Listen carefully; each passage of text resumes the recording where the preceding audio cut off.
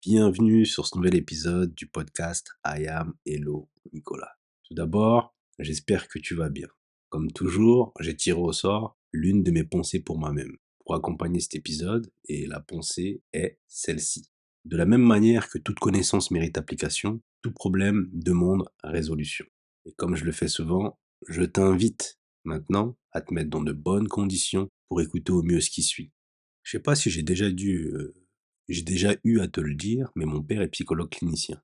On a eu de nombreux échanges, surtout lors de mon enfance, de mon adolescence. Il y a beaucoup de phrases qu'il m'a données, qu'il m'a dites, qui sont restées dans un coin de ma mémoire, qui ont été un peu en sommeil pendant une bonne dizaine d'années avant le milieu de ma vingtaine, où confronté à certains challenges, je me suis rappelé des leçons du papa. Et donc, comme pour figer ces leçons, je m'étais écrite cette pensée de la manière suivante, c'est que les connaissances méritent application et les problèmes demandent résolution. Ça peut paraître simple comme ça, mais lorsque tu es confronté à une situation, parfois ça peut être une citation, des phrases, des mots qui peuvent te permettre de tirer ton épingle du jeu. Ça peut être des ressorts psychologiques pour aller de l'avant. Et ça, en l'occurrence, cela m'a servi à ça.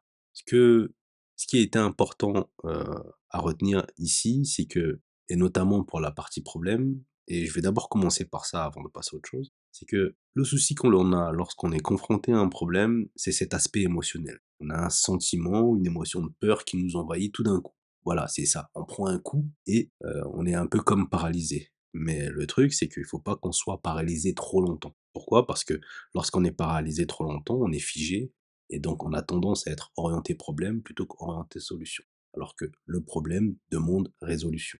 L'idée, pour pouvoir justement se détacher petit à petit en partie de cet aspect émotionnel, c'est de mettre les choses en perspective. En tout cas, le problème en perspective. Donc le poser. Ce que tu peux faire ou être amené à faire, c'est soit décrire le problème, soit d'en parler à quelqu'un qui a du détachement vis-à-vis du problème et qui peut aussi être de bons conseils, soit aller marcher, parce que parfois ça aide d'aller marcher, et tout ça dans le but de ne pas rester dans ta tête.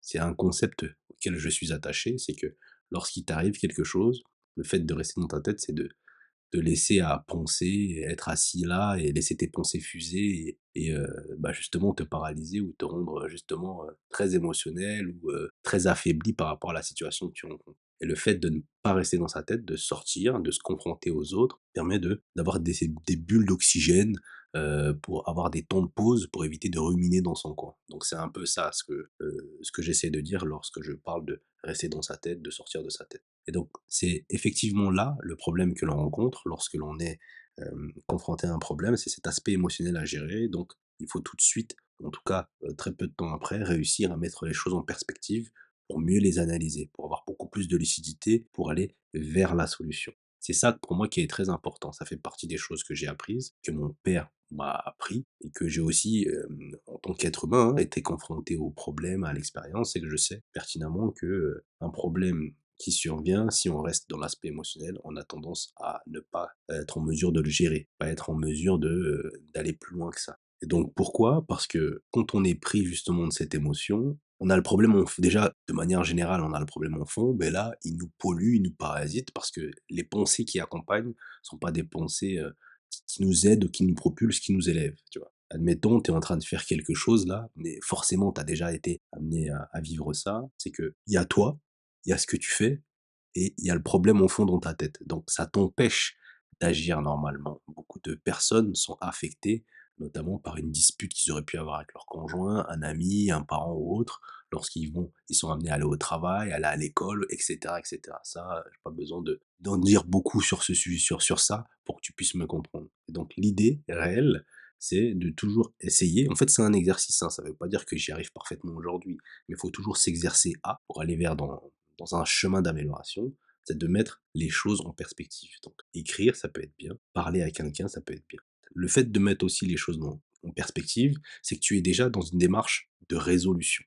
C'est-à-dire que tu as pris le coup, OK, tu as décidé de mettre l'aspect émotionnel de côté ou en tout cas l'atténuer pour être dans une démarche de résolution, c'est-à-dire mettre les choses en perspective, c'est-à-dire les voir dans un angle qui peut être différent que celui qui est ton premier réflexe, c'est avoir peur de ce qui t'arrive et être paralysé ou rester figé. Ce qu'il y a, parfois et ce qui est peut-être aussi important à faire dans ce type de quand cela t'arrive, c'est de changer le mot. Parce que souvent, ce qui nous terrifie aussi, c'est le mot en lui-même, problème. Donc problème, ça sonne toujours, quelque chose de terrible qui t'arrive, un truc, insurmontable et cetera. Il y a ce shift-là lorsque j'ai commencé à apprendre et à lire mes premiers livres de développement personnel, tu changes le mot problème par le mot challenge. Dans l'imaginaire collectif, lorsqu'on parle de challenge, on fait appel à défi. Et quand c'est un défi, on est dans une posture où on se dit ah on va être capable de le surmonter. Alors que parfois c'est le mot problème qui nous tétanise, qui nous empêche de dire ah je vais pouvoir relever mes manches et y arriver. Alors que lorsqu'on se dit j'ai un nouveau défi qui arrive, voilà comment je vais essayer de le surmonter. Et ça c'est quelque chose de très important. Et ce que je veux rajouter aussi, c'est que au-delà, de ce que je viens de dire, il faut aussi adopter le bon état d'esprit face au problème. Parce que ce qu'on sait aujourd'hui, c'est que un problème est une bonne chose. Pourquoi? Parce que un problème va te permettre de t'élever en compétence. Un problème, c'est aussi quelque chose que si tu arrives à le surmonter, tu vas aussi gagner en confiance et en estime de toi. C'est-à-dire que quand tu es une personne qui est souvent confrontée à gérer les problèmes et que ton entourage le sait, OK, ils auront tendance justement à te faire confiance, à dire: «Ah» c'est comme quand je disais, tu vas parler à quelqu'un parce que tu sais qu'il a tendance à avoir garder son sang-froid et à mettre les choses dans une perspective dans le but de les résoudre. C'est-à-dire que on sait que sa propension, donc sa tendance à gérer les problèmes, à les surmonter, font que cette personne-là est fiable. C'est une personne sur laquelle on peut s'appuyer. Ça veut dire que quand tu vois un problème et que tu te mets tout de suite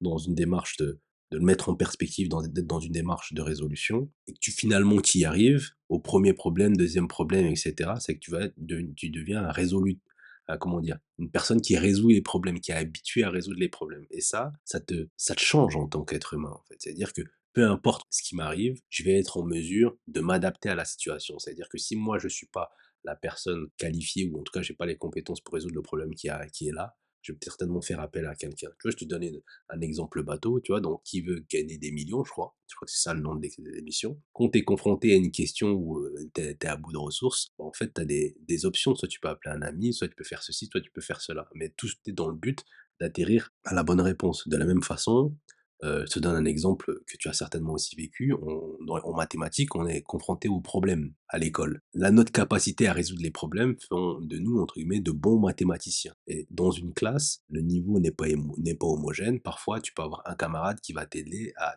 comprendre le problème, à le résoudre, etc. Comme ça peut être toi aussi qui peut être qualifié pour résoudre tel ou tel problème qui survient dans ta vie. Tout ça pour dire quoi? Tout simplement pour te dire que le problème n'est pas une mauvaise chose en soi, mais c'est aussi un moyen pour toi de t'élever. Et tu vois, j'aime bien parler de verticalité, donc d'aller de bas en haut, de s'élever. Donc, lorsque les gens parlent de développement personnel, moi, le mot qui me parle, le mot qui résonne, c'est la verticalité. C'est ça, c'est que dans notre vie, comme je sais que les problèmes, la douleur, tout ce qui est, entre guillemets, challengeant fait intrinsèquement partie de notre vie, notre capacité à les dépasser nous permettent de nous élever en verticalité, de se développer personnellement, d'aller beaucoup plus loin que nous sommes capables de faire là. Tu vois, pour moi, c'est quelque chose de très important, c'est quelque chose qui me parle. Et donc, dans cette pensée-là, moi, ce que je voulais figer surtout, c'est tout ce que je viens de te dire là, tout ce que j'ai appris, tout ce sur quoi je m'exerce au quotidien quand les choses m'arrivent. Je suis un être humain comme tout le monde, j'ai les mêmes émotions que tout le monde, en tout cas je le pense. Donc quand un truc m'arrive, forcément ça me sonne. Mais je me dis toujours que ce qui est important, c'est qu'il faut pas que je reste sonné trop longtemps. Tu vois? C'est comme, tu es sur un ring, tu ton adversaire qui te tape, qui te met un coup, ça veut dire que, OK, tu vas avoir mal, mais il faut pas que tu restes là figé, bras baissés en train d'accuser le coup. Il faut que tu remontes ta garde et que tu te remettes tout de suite en perspective et tu cherches un moyen soit de partir vers l'extérieur pour pouvoir, reprendre ton souffle, pour pouvoir, encaisser, ton coup, soit un moyen de riposter. Tout de suite être, faut pas rester sinon, le combat est perdu en fait, tu as perdu la partie. Pour moi, le fait de mettre dans cette pensée, de la même manière que toute connaissance mérite application, tout problème demande résolution, c'est avoir en tête que voilà ce que je sais des problèmes, voilà ce que la vie m'a appris, voilà ce que les gens m'ont appris, voilà ce que mes expériences m'ont apprises, et de savoir que les connaissances que j'ai, je dois les appliquer. C'est-à-dire qu'en sachant cela, toi, en m'ayant entendu, et de la même façon quand je parle aussi à moi-même, C'est de se dire que je sais ça aujourd'hui, quand les problèmes surviennent dans ma vie, qu'est-ce que je sais sur lequel je peux m'appuyer qui peuvent me permettre d'aller au-delà de mon problème, de me mettre dans une posture de challenge pour relever le défi et essayer de le résoudre. Ce que ça m'évoque cette pensée-là, ça m'évoque le fait de savoir, de m'appuyer sur ce que je sais et de le mettre en pratique pour justement aller vers la résolution de mes problèmes. Et c'était pour moi très important de les fixer comme ça. Et pour moi aussi, c'est quelque chose de magnifique parce que dans le fait d'écrire de mes pensées, j'ai pour but de les léguer à ceux qui vont me succéder. Et d'une certaine façon, ces phrases-là qui résonnent en moi encore aujourd'hui sont des phrases que j'ai entendues de mon père lorsque j'étais gamin et qui m'ont accompagné d'une certaine façon. Donc ça fait partie d'un héritage. Et dans mon podcast, le but aussi, c'est pas d'apporter des vérités toutes vraies, de dire que il faut faire comme ci ou il faut faire comme ça. C'est justement, toi qui m'écoutes, de t'amener vers de la réflexion. Tu peux être d'accord avec moi, ne pas être d'accord avec moi. Mais comme je dis toujours, l'essentiel, c'est qu'on puisse arriver à se comprendre. Et si je peux, d'une certaine façon, en levant la main, en apportant ma voix, contribuer à une compréhension, à apporter quelque chose de plus, une perspective autre qui peut être celle que tu adoptes aujourd'hui, c'est quelque chose de top. Parce que le but, dans mon podcast, en racontant tout ce que je dis autour de mes pensées, c'est d'emmener les gens à la réflexion pendant un moment et passer un moment agréable avec une voix agréable, grosso modo. C'est un peu ça le truc.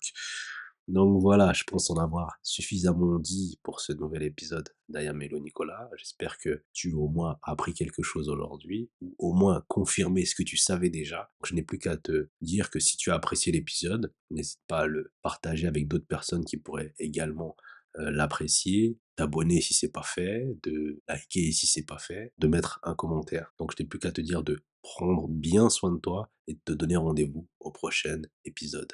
C'était I Am Hello Nicolas, le podcast. Allez, à très bientôt. Ciao. Merci d'avoir écouté cet épisode d'I Am Hello Nicolas.